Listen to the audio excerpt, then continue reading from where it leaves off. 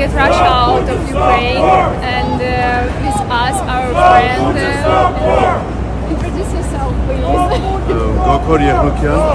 I'm a long-time New Yorker, originally from Armenia, and a small representative of the Armenian community. Supporting Ukraine and Ukrainians for their fight against Russian imperialism. I don't think at this point it's a secret to anyone that Russian imperialism is one of the few major evils left in the world, as is any other kind of tyrannical dictatorship, like we have with Erdogan in Turkey. I know for a while Ukraine was sympathetic, but I think even Ukraine thankfully realized that he's just another dictator. And any dictator anywhere in the world is a threat to any kind of freedom anywhere in the world. So it's not just Russia and Ukraine. Russia is a threat to Bulgaria, Russia is a threat to Bolivia. Erdogan is not just a threat to the Kurdish people. Erdogan is a threat to the Armenian people. Erdogan is a threat to the Canadian people. So I stand for any kind, against any kind of tyranny.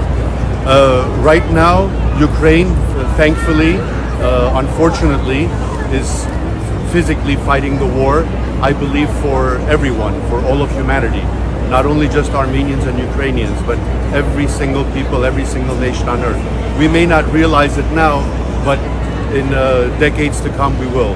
Just like when the free world was fighting against Hitler, a lot of people didn't realize, but they realized that if that war had gone the other way, we would not be standing here, we would not even possibly be here. And the same goes for the fight against the Russian imperialism.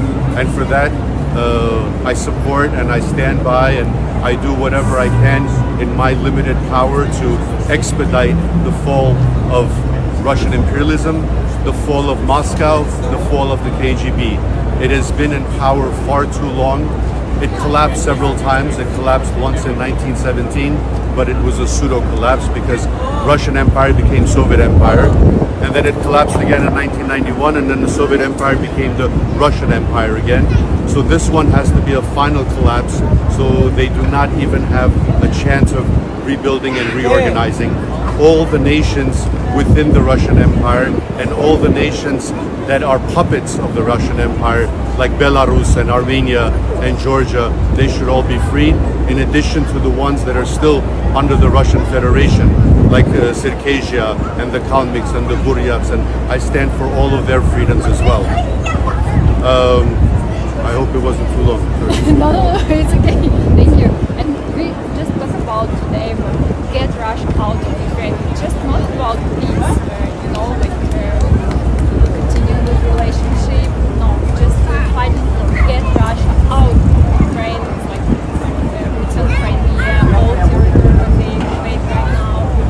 What do you think about? Well, I see some signs that say stop the war. Honestly, I don't think it should be stop the war, it should be end the war. And the only way the war can end is with Ukraine's victory. Because if Russia wins, which is, I think at this point improbable, then it's the death of Ukraine. If Ukraine wins, it's the liberty for free people. So yes, Russia should get out of Ukraine, but Russia should get out of Russia. Russia should not exist the way it does now. The only Russia that can exist, if at all, is the Muscovy Duchessness, that surrounding area. They can have that Russia, because all the other nations that are there have nothing to do with Russia. Russia has given very little to humanity. Many people believe, oh, but the sciences and the theater and ballet. When we dig a little deeper, we find out that most of those people were either Ukrainian or Armenian or Georgian or the dozens of other peoples that were under their jurisdiction. They have always used the creativeness, the resoluteness, the hardworking feelings of the other nations, and they just went and conquered. They are vultures. They don't even hunt properly. They just feed off the dead. At least an eagle hunts. A vulture just feeds off the dead. That's what Russia does. They try to kill and then feed whatever they can. So to answer your question, yes, Russia should be out of Ukraine, but only upon its ultimate and unequivocal demise. Not any kind of treaty, not any kind of bargaining.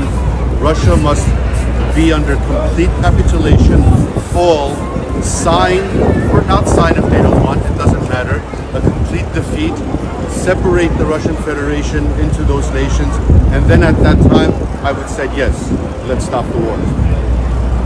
What do you think our can help Ukraine today? Well, here in the U.S., because there is a segment that is against the war, but not against Russia. They just don't want America supporting Ukraine because they say, well, what do we have to do with Ukraine? Our gas prices are going up, and so on and so forth. They must realize that it is too about them. Paying a few more cents at the gas is not even in any way comparable to what's going on. Luckily, people are realizing it, and once people realize it, they can influence it by speaking to their congressmen, speaking to their senators. For if a congressman gets 10 letters from 10 Ukrainians, he says, okay, it's another letter. If he gets 10 letters from Ukrainians and 3 from a Georgian and 2 from an Armenian and 1 from I don't know, a Mexican, anybody, then they pay attention because they realize these people are going to vote for them. So to anybody listening and anybody that can, reach out to your congresspeople, reach out to your senators. Those are one way. I think every single thing makes a difference. When I drive by anywhere in the city, outside the city, and I see a Ukrainian bumper sticker or a Ukrainian flag, that means it's awareness. Awareness is an important thing.